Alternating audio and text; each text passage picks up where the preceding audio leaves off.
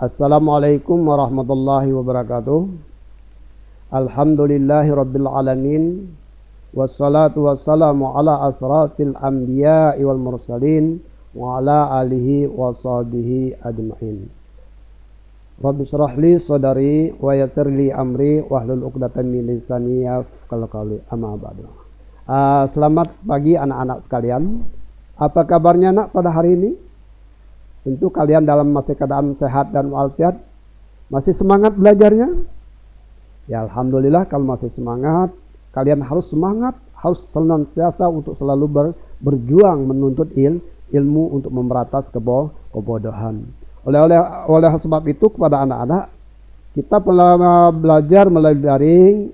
Anak-anak nggak terus putus asa, terus semangat belajar terus walaupun lewat daringnya. Karena memang keadaan kita sangat tidak memungkinkan saat ini untuk belajar seperti tahun-tahun kemarin. Oleh sebab itu kepada anak, kita membahas materi, kita kembali materi kemarin, menuai keberkahan dengan rasa hormat dan taat kepada kedua orang tua dan guru. Itu judul hari ini yang kita bahas. Nah, anak-anak, perlu kalian ketahui, sebelum kita lahir ke dunia, kita berada di mana? Kemarin udah dijelaskan? Tentunya kita sebelum kita lahir ke dunia, kita berada di perut ibu. Kurang lebih selama berapa bulan? Selama 9 bulan. Nah, 9 bulan itu bukan sebentar. 9 bulan itu bukan sebentar, lama. Ibu menaruhkan. Nah, saat seorang ibu sedang hamil, badannya tentu anak-anak sekalian harus kalian pahami, lemah dan bertambah-tambah dan terasa semakin susah. Nah, terlebih saat ibu kita dalam keadaan melahirkan kita waktu kita kecil. Di situ pertarungan yang sangat luar biasa antara ibu kita. Taruhannya antara hidup dan mati. Kalau nggak hidup, mati. Kalau nggak mati, hidup. Saking untuk anak mempertaruhkan nyawa. Oleh sebab itu sewajarlah kalau kita untuk berbakti kepada kedua orang tua. Nah, sungguh nyawa menjadi taruhannya, betul itu. Taruhannya melahirkan kita itu nyawa, taruhannya anak-anak sekalian. Setelah anak lahir, tugas seorang ibu selanjutnya adalah merawat dan membesarkan anak-anaknya. Nah, kita dirawat oleh ibu kita waktu kita kecil. Sekarang aja kita udah besar, nggak terasa bagaimana ibu kita merawat kita waktu dia kecil. Ketika anaknya lapar, ibu segera menyuapi kita dengan penuh lembut, dengan penuh kasih sayang. Saat anak sakit, bagaimana pengorbanan seorang ibu? Ibu segera memeriksakan anaknya. Kita dulu ke dokter atau ke bidan supaya segera sembuh. Nah, itu anak-anak. Jadi kalau kita sakit waktu kecil, ibu yang pertama sekali merasa khawatir kepada kesehatan anak-anaknya. Seorang ayah begitu juga, perlu kalian pahami anak-anak sekalian. Seorang ayah bekerja keras demi menghidupi keluarganya. Badannya yang letih dan kepanasan tak membuat seorang ayah menyerah untuk bekerja. Nah, ini anak-anak ya. Keinginan dan motivasi yang kuat untuk membahagiakan keluarga membuat semangat semakin membara. Inilah gambaran nyata betapa besarnya kasih sayang kedua orang tua kita. Betapa besarnya kasih sayang kedua orang tua kita kepada anak-anaknya. Dua orang tua sangat menginginkan anak-anaknya tumbuh sehat, kuat, cerdas, menjadi anak yang soleh, menjadi anak yang berbakti. Menjadi anak yang berbakti kepada kedua orang tuanya. Nah, anak-anak, kedua orang tua telah berjasa besar dalam kehidupan kita. Keduanya memberikan kasih sayang yang tulus tanpa pamrih. Nah, setiap hari anak-anak, kedua orang tua berdoa, bermunajat kepada Allah untuk anaknya selalu berdalam supaya senantiasa mendapatkan perlindungan dari Allah wa ta'ala. Kasih sayang kedua orang tua kepada anak-anaknya ternilai harganya, tak ternilai harganya. Seandainya dunia dan seisinya digunakan untuk membalas budi kedua orang tua, maka tidak akan kita akan terbalas pengorbanannya kepada kita. Oleh sebab itu anak-anak, kita sebagai anak memang sudah sewajarnya kita untuk berbakti kepada kedua orang tua. Mengapa kita harus berbakti kepada kedua orang tua? Ini diperintahkan oleh Allah. Diperintahkan oleh Allah dalam surat apa? Dalam surat Al-Isra. Surat Al-Isra itu surat keberapa? Surat ke-17. Ayat berapa? Ayat 20, ayat 23. Nah, ini perintah Allah untuk berbakti kepada kedua orang tua. Supaya apa? Supaya keberkahan, kita mendapatkan keberkahan dunia maupun akhirat. Tentu jalan salah satunya masuk surga nanti adalah apabila kita berbakti kepada kedua orang tua. Itu salah satu pembuka pintu untuk menuju jalan surga. Kalau kita berbakti, hormat, taat kepada kedua orang tua, itu membukakan pintu keberkahan tersendiri pada kita. Mudah-mudahan semua usaha kita lancar, sukses, dan berhasil membawa berkah. Karena apa? Karena doa orang tua kita. Orang tua kita itu doanya sangat mustajab anak-anak.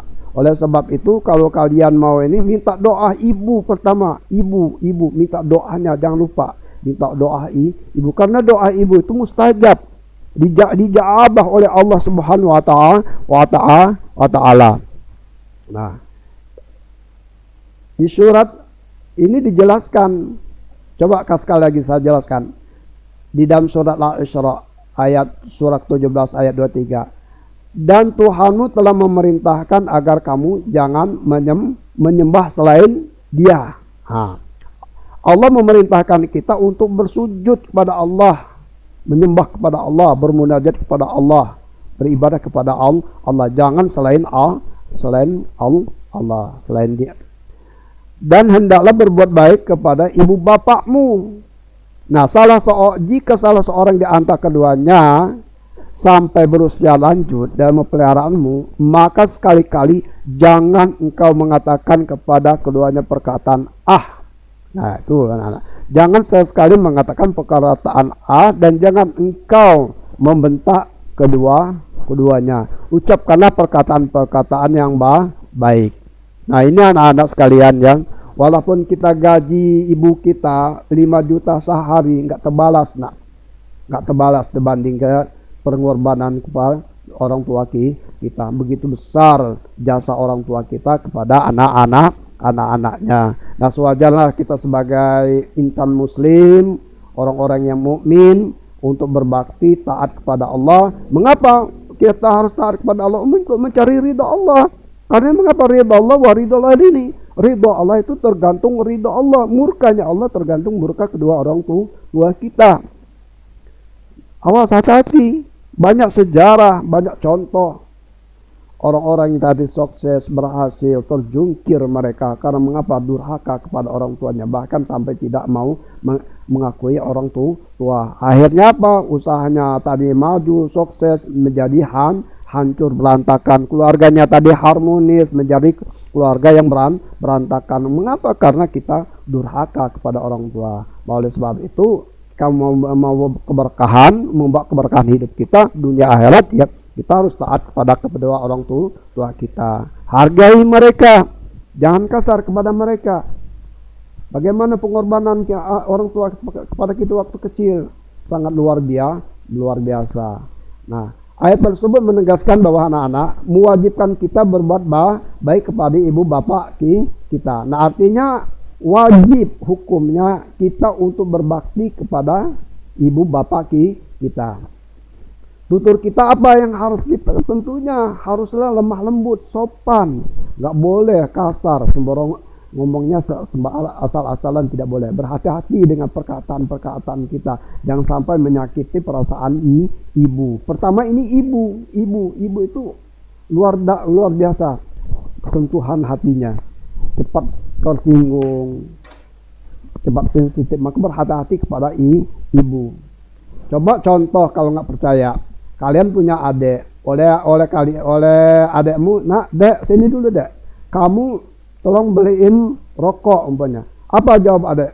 Males, beli sendiri. Nah tentu kalian akan merasa dongkol dengan perkataan adik kita seperti itu. Nah begitu juga orang tua kita, kalau kita membantah keduanya, tentu orang tua akan tersakiti hatinya pilu, hatinya mendengar ucapan anaknya kalau kurang baik atau kurang pas untuk kita ucapkan. Maka oleh sebab itu kepada anak-anak sekali lagi, hormati orang tua kita, hargai orang tua kita, berkatalah dengan lemah lembut dan sopan. Apalagi kalau dia udah usia lanjut, udah dalam pemberdayaan kita, gantian. Dulu orang tua kita mengasuh kita. Nah kalau orang tua kita udah usia udah lanjut, udah tua, tentu dia tidak mempunyai kekuatan tenaga lagi. Tentu kebalikan kita yang memelihara orang tua kita. Maka di dalam pemeliharaan itu, di dalam Al-Quran dijelaskan, hendaklah berkata-kata yang baik, yang sopan. Itu ya kepada anak-anak. Menghormati kedua orang tua mendatangkan keberkahan hidup. Nah itu, mengapa harus menghormati kedua orang tua kita? Supaya kita mendapatkan keberkahan hidup sebagai seorang anak. Mengapa demikian? Karena menghormati kedua orang tua, mereka merasa senang dan bangga. Merasa bangga kalau anaknya menjadi anak yang baik, yang soleh. Mereka akan berdoa kepada Allah Subhanahu wa taala, akan bermunajat kepada Allah Subhanahu wa taala. Dia memohonkan perlindungannya. Doa orang tua itu sangat berarti bagi anak-anaknya. Kalau kalian mau berhasil, minta doa. Doa orang tua itu sangat berarti sekali. Jangan kamu minta ke dukun. Nanti kamu ujian, mau tes segala macam, kamu lari ke dukun. Nah, itu nggak baik, nggak benar itu. Itu jalan yang keliru. Kalau kamu mau berhasil, berbakti kepada orang tua dan minta doa ibumu. Nanti ibumu akan sholat, dia akan mengadakan sholat sunnah, dia bermunajat kepada Allah, dan munajatnya itu didengar oleh Allah. Langit ketujuh bisa tembus, aras ketujuh bisa tembus. Karena mengapa? Doa orang tua. Karena mengapa?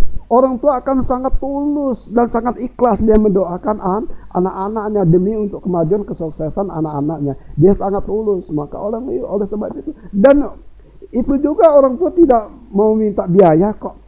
Orang tua mendoakan kita nggak minta biaya, keikhlasannya, dan keikhlasan itu yang menjadi kekuatan yang sangat luar biasa. Nah itu anak-anak ya. Anak yang soleh tidak menganggap orang tuanya bodoh. Nah ini ada kadang-kadang nak. Anak yang soleh tidak menganggap orang tuanya bodoh dan ketinggalan zaman. Awas, hati-hati. Jangan pernah mengatakan ibu bapak ini mengatakan bodoh betul, udah ketinggalan zaman. Hati-hati berkata seperti itu. Ada sebagian anak yang seperti itu. Pernah bapak dengar, tapi itu rahasia pribadi saya. Mengatakan seperti Masya Allah, begitunya teganya seorang anak mengatakan bapak ini ketinggalan zaman, ibu ini bodoh sekali. Mentang-mentang kalian udah disekolahkan, kamu disekolahkan mak bapak kamu itu bukan untuk membodoh-bodohi orang tua kita, supaya kamu itu menjadi anak yang cerdas, menjadi anak yang soleh, sehingga kalian bisa membedakan yang mana yang baik, yang mana yang tidak. Tentu kalian bisa memilih-milah yang baik itu seperti apa, yang tidak baik itu seperti apa. Nah, oleh sebab itu, itulah gunanya orang tua itu. Orang tua itu nggak banyak kok pintaannya, ya. Pada anak-anak, orang tua nggak banyak pintaannya. Apa pintaan orang tua? Mau minta harta, kamu gaji gede, enggak. Dia mau minta bangunkan apa-apa. Cuma satu, harapan orang tua itu adalah doa anak yang soleh.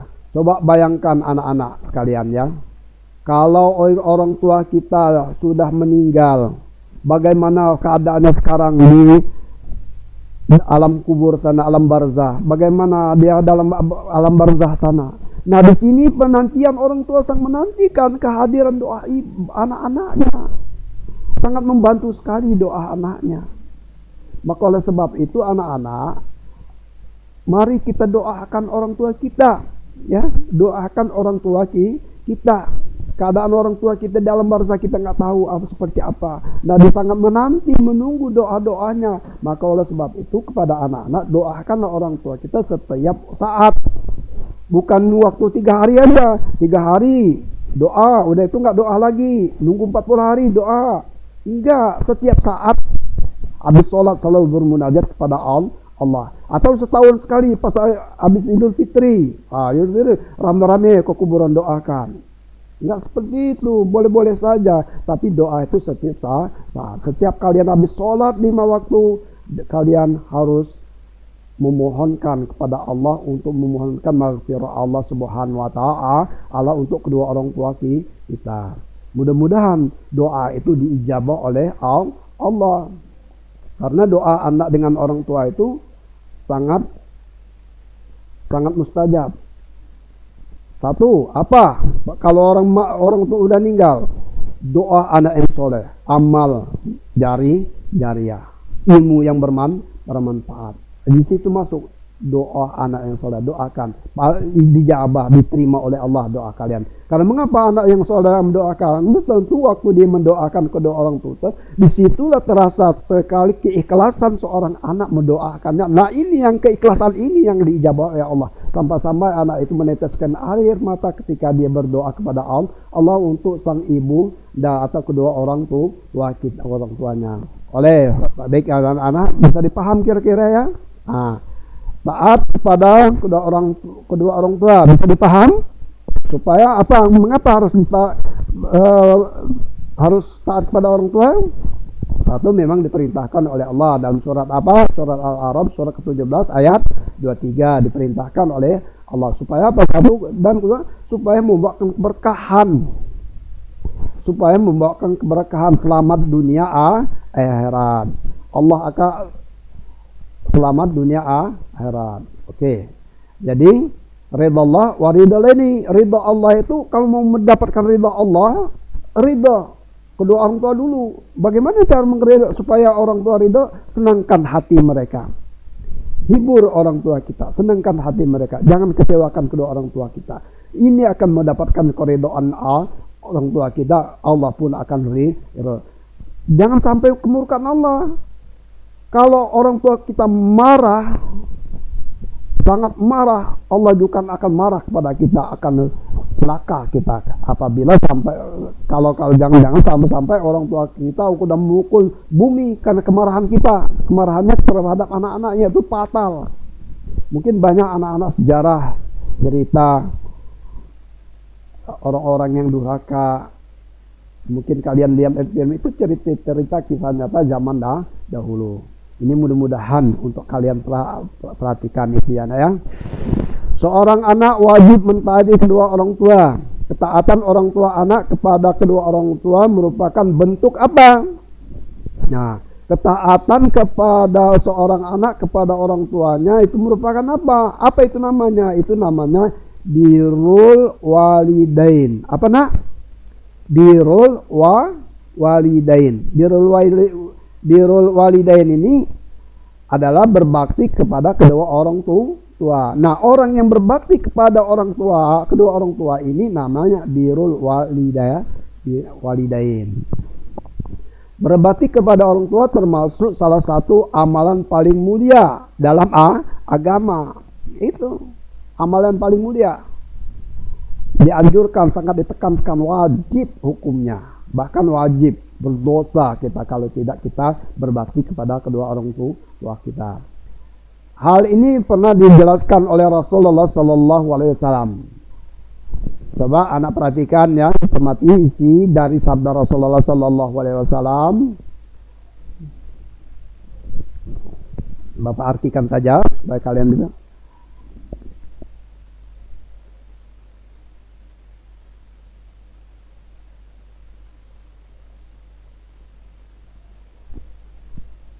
Wahai Rasulullah, amalan apakah yang paling mulia?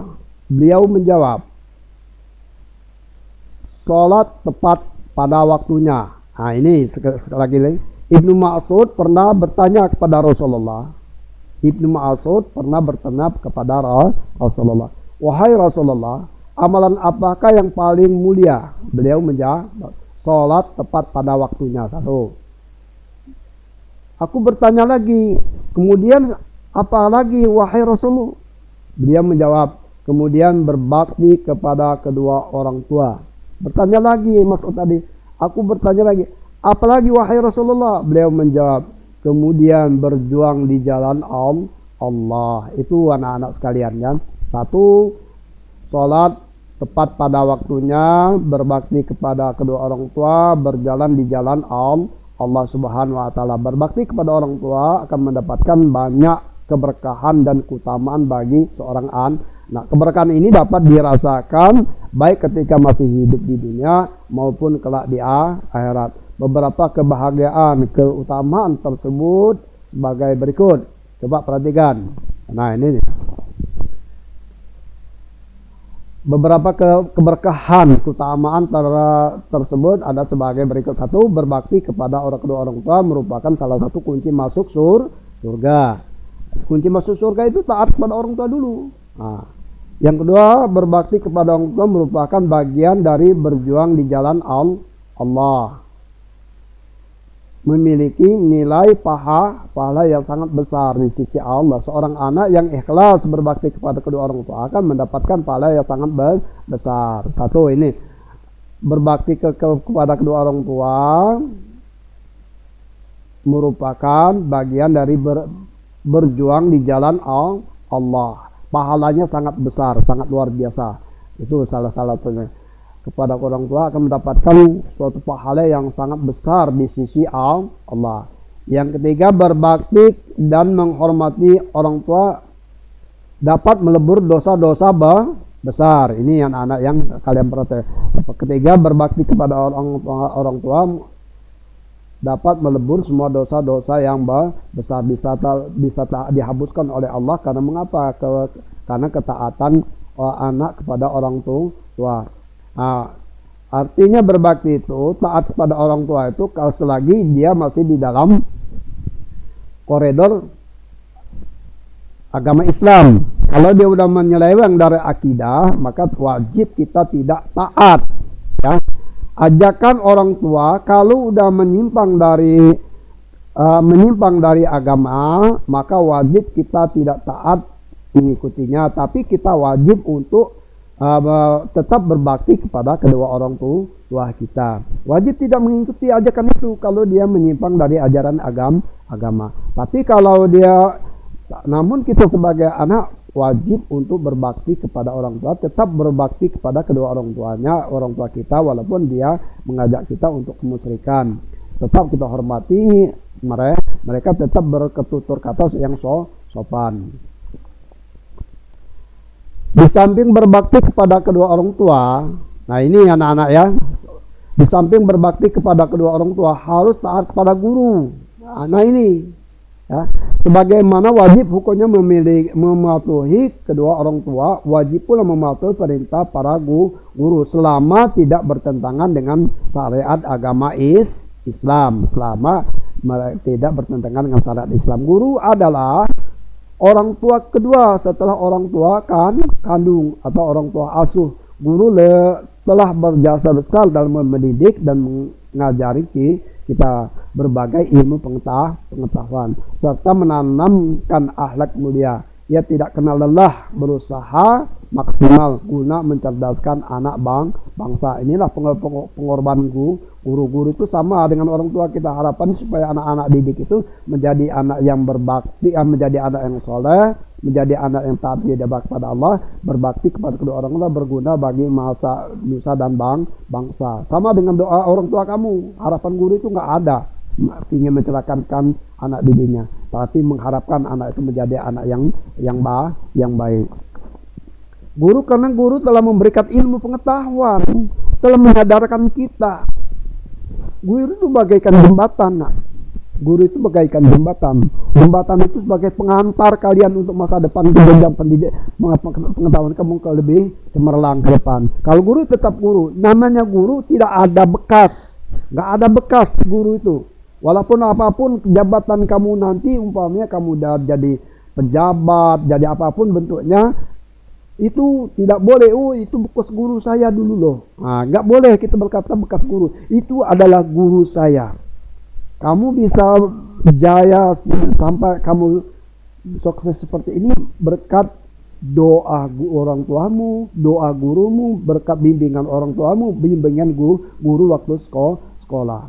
Dulu seperti Bapak dulu nggak tahu, Bapak nggak bisa baca. Bisa baca itu karena dibimbing guru. Berhitung juga dituntun oleh guru. Saya bisa membaca karena bimbingan guru, dengan penuh kesabaran guru menuntun kita waktu-waktu SD sampai waktu kita sekolah.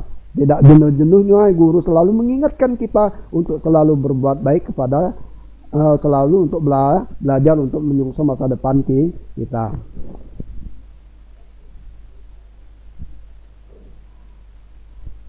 Bisa dipaham anak-anak?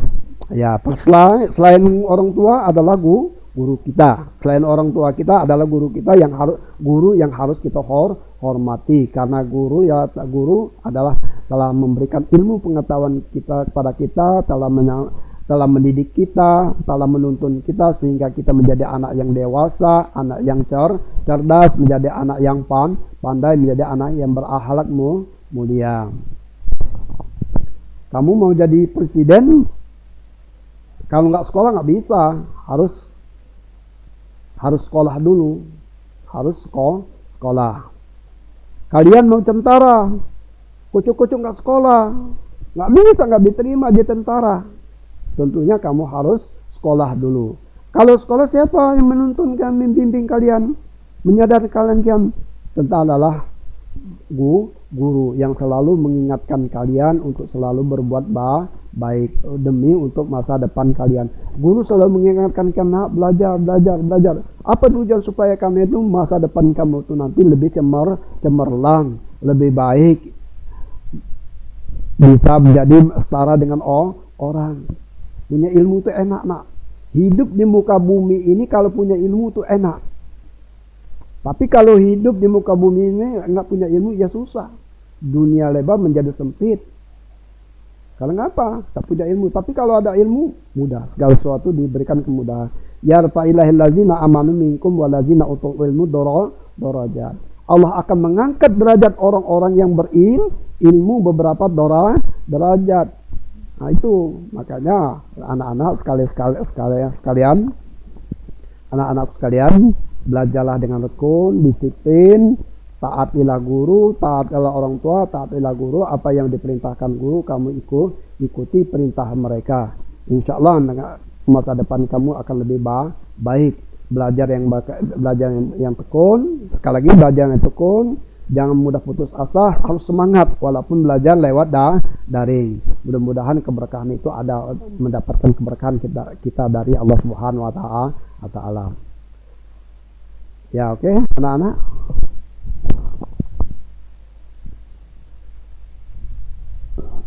Dalam sebuah hadis ini diriwayatkan, barang siapa yang merendahkan gurunya, awas ini anak-anak ya. Ini hadis dari Baihaqi, Rasulullah sallallahu alaihi wasallam mengatakan, barang siapa yang merendahkan gurunya akan ditimpakan oleh Allah kepadanya tiga azab. Awas, sekali lagi, ingat anak. Barang siapa yang merendahkan gurunya akan ditimpakan oleh Allah ketiga azab.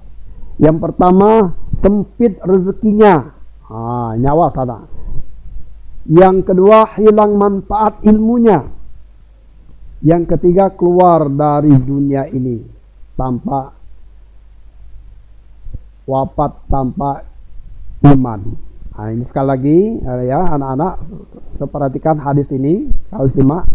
Barang siapa yang merendahkan gurunya akan ditimpakan oleh Allah kepadanya tiga azab. Yang pertama, sempit rezekinya, hilang manfaat ilmunya, keluar dari dunia ini wafat tanpa iman. Awas, hati-hati. Orang guru itu adalah orang tuamu juga yang telah memberikan ilmu. Jangan mentang-mentang nanti kamu jadi pejabat, orang-orang yang sukses, kamu lupa dengan gurunya. seolah-olah kamu itu bukan guru saya, padahal dulu pernah dia memberikan ilmu pengetahuan kepada kalian, dulu pernah membimbing kalian semua. Nah, sabda Rasulullah SAW tersebut menegaskan bahwa kamu dilarang merendahkan, apalagi menghina atau mencela guru, baik secara langsung maupun tidak langsung. Sikap ini harus dipegang teguh sungguh-sungguh, sebab bisa jadi suatu saat kamu lebih pintar dari guru kamu, ya. Sekali lagi, sebab bisa jadi suatu saat kamu lebih pintar dari guru kamu. Meskipun demikian, kamu harus tetap rendah hati, ya. Nanti kalau kamu jadi pejabat, pengusaha yang sukses, menjadi pimpinan direktur, kamu harus tetap rendah hati dan menghormatinya, karena pada hakikatnya kepandaian kamu saat ini adalah berkat didikan guru kamu dahulu. Merendahkan guru merupakan sikap tercelah dan menjadi cerminan bahaya bersangkutan tidak memiliki rasa terima kasih pada guru. Nah, ini hadis ini tolong camkan kepada anak sekalian, ya. Dicamkan. Walaupun kamu nanti jadi orang yang baik, sukses, jadi pengusaha yang sukses, jadi orang yang jadi pejabat dan apapun bentuknya, tetap kalian harus taat dan hormat kepada guru, karena guru adalah merupakan orang tua kedua dari orang tua kalian. Bisa dipaham anak-anak sekalian, ya? Oke, kalau sudah bisa dipaham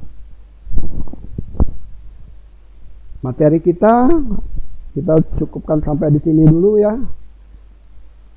Nah, materi kita kalau udah kalian bisa dipaham, saya cukupkan sampai di sini dulu, ya anak-anak. Silakan di rumah kamu buka lagi bukunya bab 3, dipelajarin lagi, ya. Dibuka, dipelajari, dicermati, dicermati buku tersebut. Kamu jangan bertemanlah. Kalau mau cari teman yang baik, bertemanlah dengan buku. Banyak-banyak baca buku, banyak-banyak belajar dan disiplin waktu. Oke, sekian dulu anak-anak sekalian. Materi hari ini kita terakhir. Kalau saya cukupkan sampai di sini dulu. Nah, ini ada soal latihan. Ini Bapak kasih 5 soal saja, nggak usah banyak-banyak. Silakan kamu kerjakan, nak. Cari di buku. Buka bukunya, cari jawabannya ini soal ini.